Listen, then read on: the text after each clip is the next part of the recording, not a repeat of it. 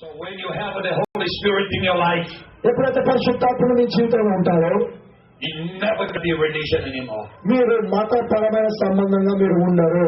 You're going to be anointing in your life. మీ జీవితంలో ఎప్పుడు అభిషేకములు ఉంటారు. Anointing is a power from the Lord. అభిషేకం అనేది దేవుని యొద్ద నుంచి వస్తున్న శక్తి అది. When you have the Holy Spirit in your life, ఎప్పుడైతే పరిశుద్ధాత్ముడు మీ జీవితంలో ఉంటారో, the Bible says tell everything.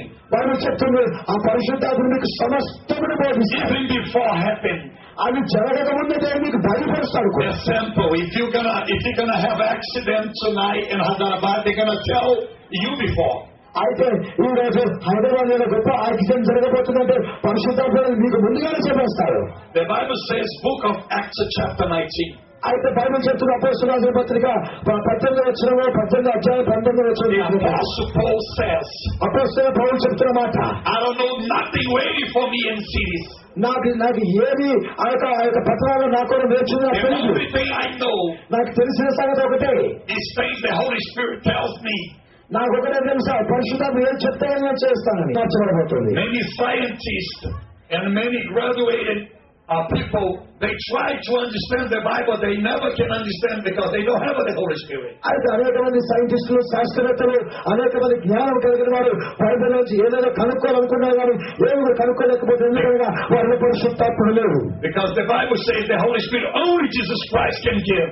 పరిశుద్ధ బైబిల్ చెప్తున్న మాట, పరిశుద్ధాత్ముడు యేసు ద్వారానే మనకు అప్పచెప్పబడతాడు. And the Bible says if Jesus Christ the only one who can give you the Holy Spirit, the first thing you must receive Jesus with your pure heart. అయితే Bible చెప్తున్న ప్రకారంగా పరిశుద్ధాత్ముడు యేసు దగ్గర నుంచే వస్తాడు కాబట్టి ఆ యేసు క్రీస్తు వారిని మొదటిగా మీరు పొందుకొని ఉన్నారా? You must have a Jesus with your only Lord and one Savior in your life. ఆయనను యేసు క్రీస్తు వారిని నీ జీవితంలో ఒక ప్రథమ స్థానం ఇచ్చి ఆయన జీవితంలో రాజుగా ప్రభుగా నియమించుకొని ఉండాలి. So the Holy Spirit only for who's trusting Jesus 100%. పరిశుద్ధాత్ముడు ఎవరికి ఇవ్వబడతాడంటే యేసు క్రీస్తునందు సంపూర్ణ విశ్వాసం.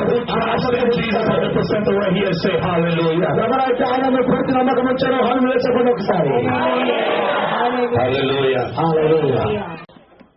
I want to preach this message that God spoke to my heart to share with this place today. ఈ స్థలమునకు దేవుడు బోధించాలనే సంగతి నాకు పెట్టిన వాక్యాన్ని మీకు బోధిస్తాను. The Bible says in the beginning God created Bible చెప్తున్న the మాట, heavens and the earth. ఆది యందు దేవుడు భూమి ఆకాశమును సృజించాడు. And the Bible says the earth was formless. అయితే బైబిల్ చెప్తున్న భూమి నిరాకారముగా ఉండెను. So the words now have a form. అయితే అక్కడ చూసినట్లయితే ఆ మాటలు కూడా అర్థం లేకుండా కనబడుతుంది. So I give you an example to you. ఒక ఉదాహరణకి ఇవ్వనివ్వండి. This is a wheelchair. ఇది ఒక కుర్చీ.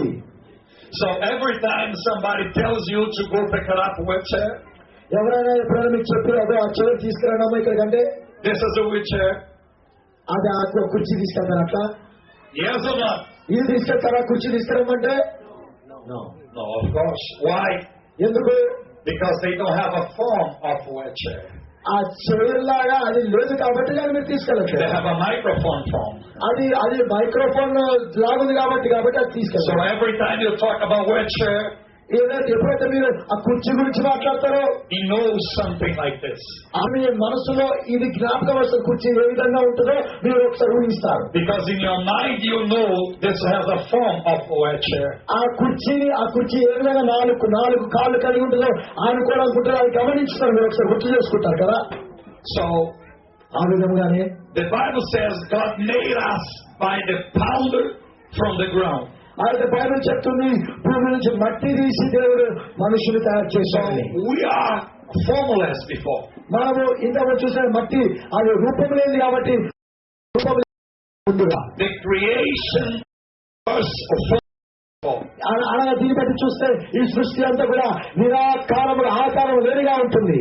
The Bible says the whole earth was formless.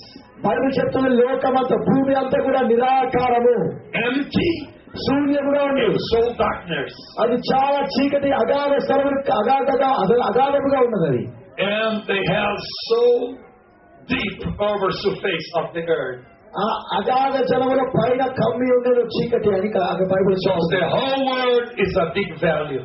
ఆ యొక్క ప్రపంచాన్ని భూమి చూసుకున్నట్లయితే ఒక లోయలాగా గుంటలా